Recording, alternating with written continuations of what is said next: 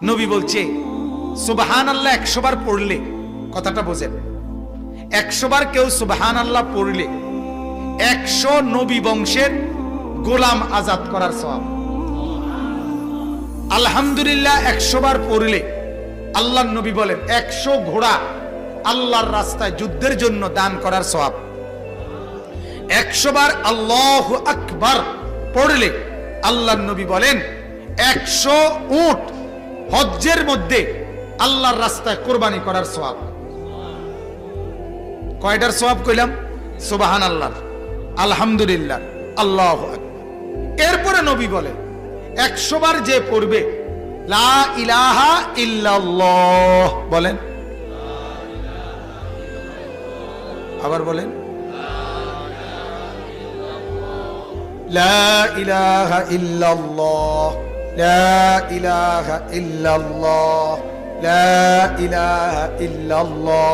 তাসবিহ পড়তে যেন তাড়াহুড়া না হয়, ঠিক আছে না? ইনশাআল্লাহ সুন্নত, সুন্নত হলেও ধীরে ধীরে পড়া, এক এক নিঃশ্বাসে এক একবার পড়া।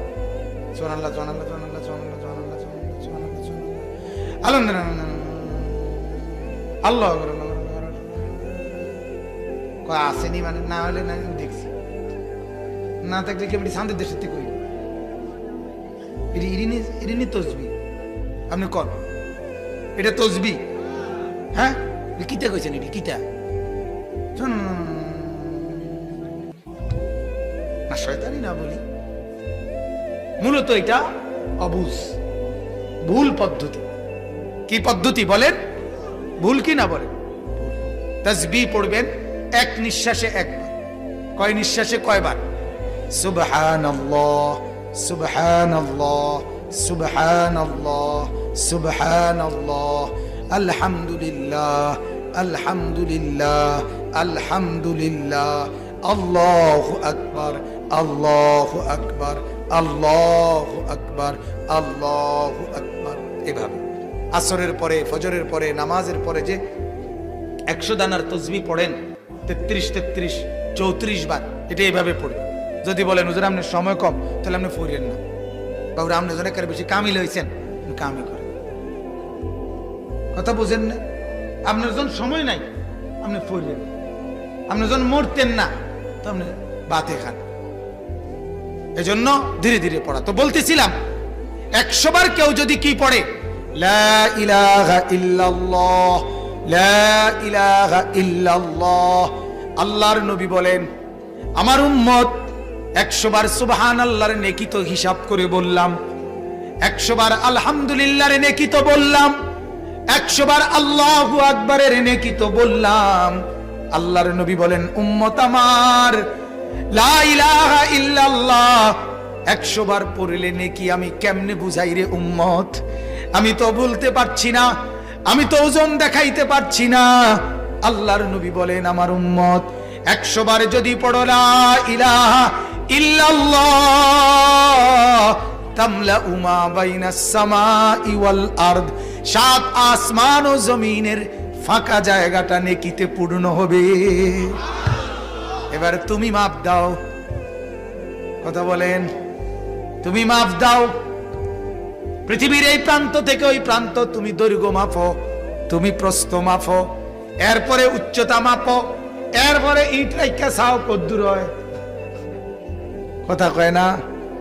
ঠিক না? আল্লাহর নবী বলেন কেমনে বলতাম উম্মত, এটার সংখ্যা দিয়া বুঝাইলাম না। ওইটা তো 100 ঘোড়া বলছি, ওইটা তো 100 উট বলছি, ওইটা তো 100 গোলাম বলছি, এটার সংখ্যা দিয়া বুঝাইতে পারলাম না। এটা এই পরিমাণ নেকি যে আসমান ও জমিনের সব জায়গা নেকিতে পূর্ণ হবে। বলেন আলহামদুলিল্লাহ। ইয়া আইয়ুহাল্লাযীনা আমানু, রব্বুল আলামিন বলেন সেই ঈমান, সেই কালেমা, সেই লা ইলাহা ইল্লাল্লাহ আমি গ্রহণ করেছি বান্দা, এজন্য তোমাকে ডাক দিলাম। এবার আল্লাহ বলেন ঈমান তোমার বুঝ পাইলাম, এবার আমি আল্লাহ তোমাকে জান্নাত দিতে চাই। কি দিতে চাই? এবার আল্লাহ বলেন দ্বিতীয় একটা কাজ করো, ইত্তাকুল্লাহ। যদি জান্নাত পেতে চাও, কি পেতে চাও? আল্লাহ বলেন ঈমান নিলাম, এবার আমাকে তাকওয়া দাও। কি দাও? তাকওয়া। ইত্তাকুল্লাহ, আল্লাহকে ভয় করো, তাকওয়া অর্জন করো, তাকওয়া অর্জন করো। তাকওয়া কি জিনিস? তিনটা জিনিস। কয়টা জিনিস?